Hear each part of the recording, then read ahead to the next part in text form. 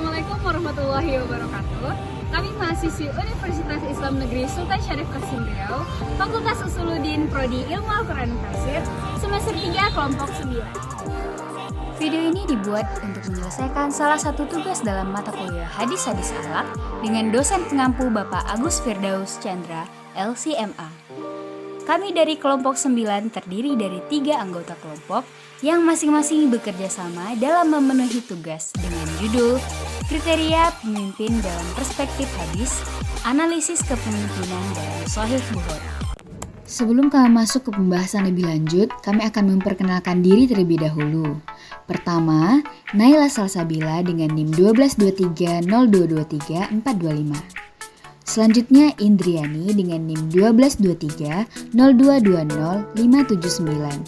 Dan yang terakhir Mauizah Hasanah dengan NIM 12230211633. Baiklah, kami dari kelompok 3 akan mempresentasikan materi dengan judul Kriteria Pemimpin dalam Perspektif Hadis, Analisis Kepemimpinan dalam Shahih Bukhari.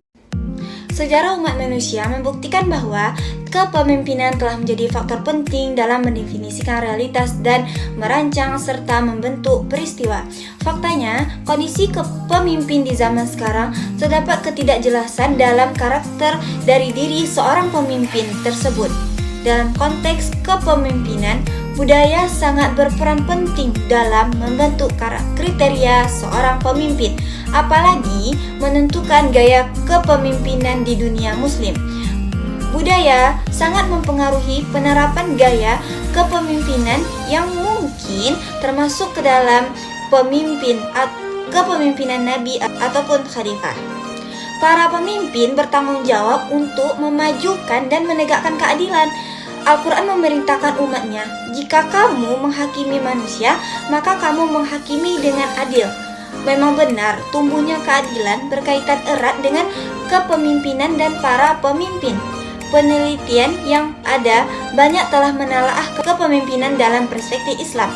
Bahkan dalam sebuah survei literatur mengenai studi kepemimpinan Islam yang diterbitkan dalam database bergengsi membuktikan bahwa kepemimpinan Islam sebagian besar belum diselidiki oleh para peneliti disiplin kepemimpinan dan manajemen.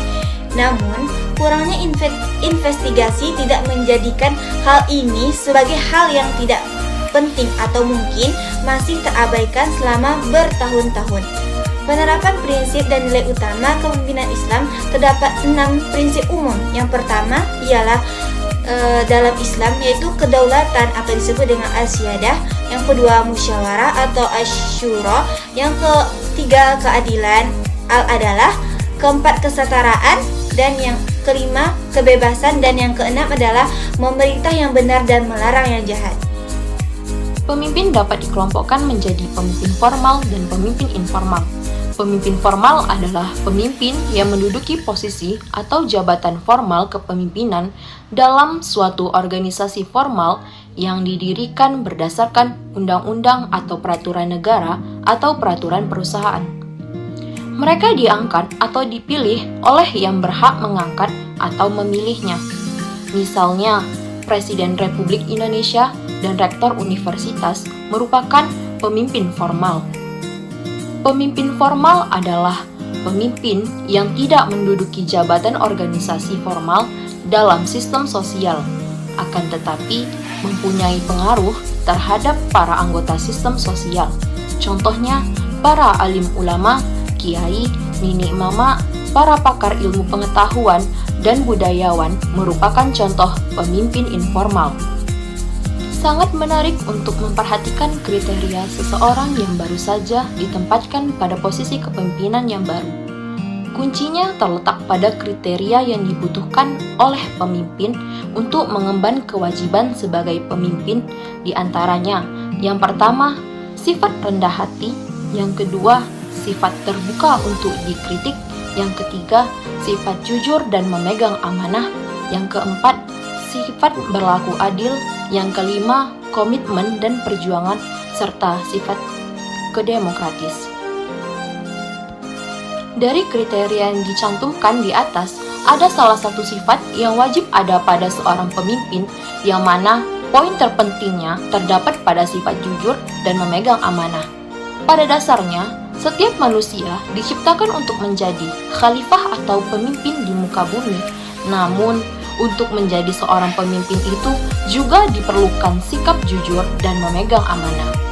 Di konteks ini, penulis menyajikan hadis mengenai amanah yang diketahui juga dengan sifat tanggung jawab. Dalam hadis Bukhari dijelaskan kriteria kepemimpinan yang berbunyi, Hadatsana Ismailu haddatsani Malik an Abdullah bin Dinar an Abdullah bin Umar radhiyallahu anhu anna Rasulullah sallallahu alaihi wasallam qala ala kullukum ra'in wa kullukum mas'ulun an ra'iyatihi fal imamu alladhi 'ala an-nasi ra'in wa huwa mas'ulun an ra'iyatihi war rajulu ra'in 'ala ahli baitihi wa huwa mas'ulun an ra'iyatihi wal mar'atu ra'iyatun 'ala ahli baitihi wa zawjiha wa walidihi wa hiya mas'ulun anhu wa 'abdur rajulu ra'in 'ala mali sayyidihi wa huwa mas'ulun anhu ala fa kullukum ra'in wa kullukum mas'ulun an ra'iyatihi.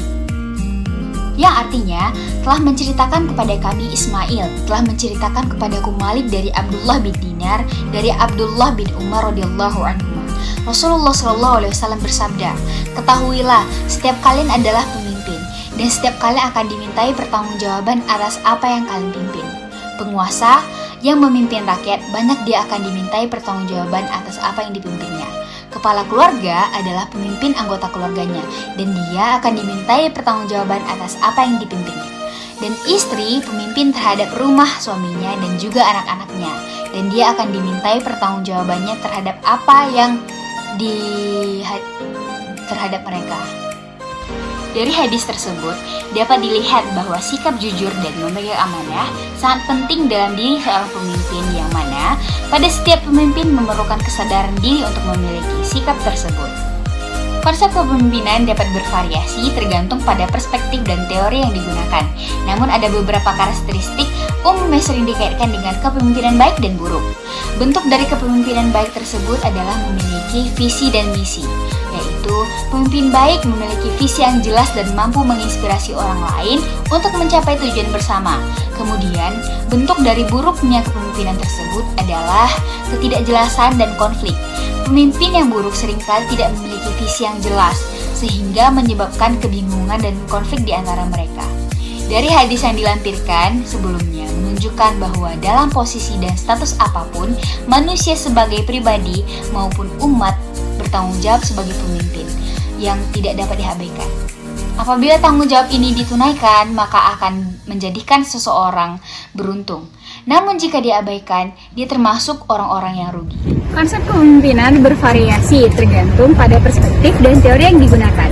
Dalam perspektif Islam, sangat dibutuhkan karena dalam memilih pemimpin itu harus melihat dari beberapa kriteria. Di antaranya, yang pertama ialah sifat jujur dan memegang amanah, terbuka untuk dikritik, bersifat demokrasi, perjuangan dan komitmen, serta yang terakhir ialah sifat rendah hati. Dari hadis yang dilampirkan sebelumnya menunjukkan bahwa dalam posisi dan status apapun manusia, sebagai pribadi maupun umat, tanggung jawab sebagai pemimpin sangat dibutuhkan. Apabila tanggung jawab diabaikan, maka dia akan menjadi orang yang merugi. Namun, jika tanggung jawab ditunaikan, maka dia akan menjadi orang yang beruntung.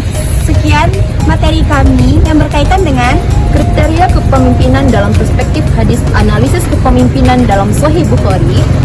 Assalamualaikum warahmatullahi wabarakatuh.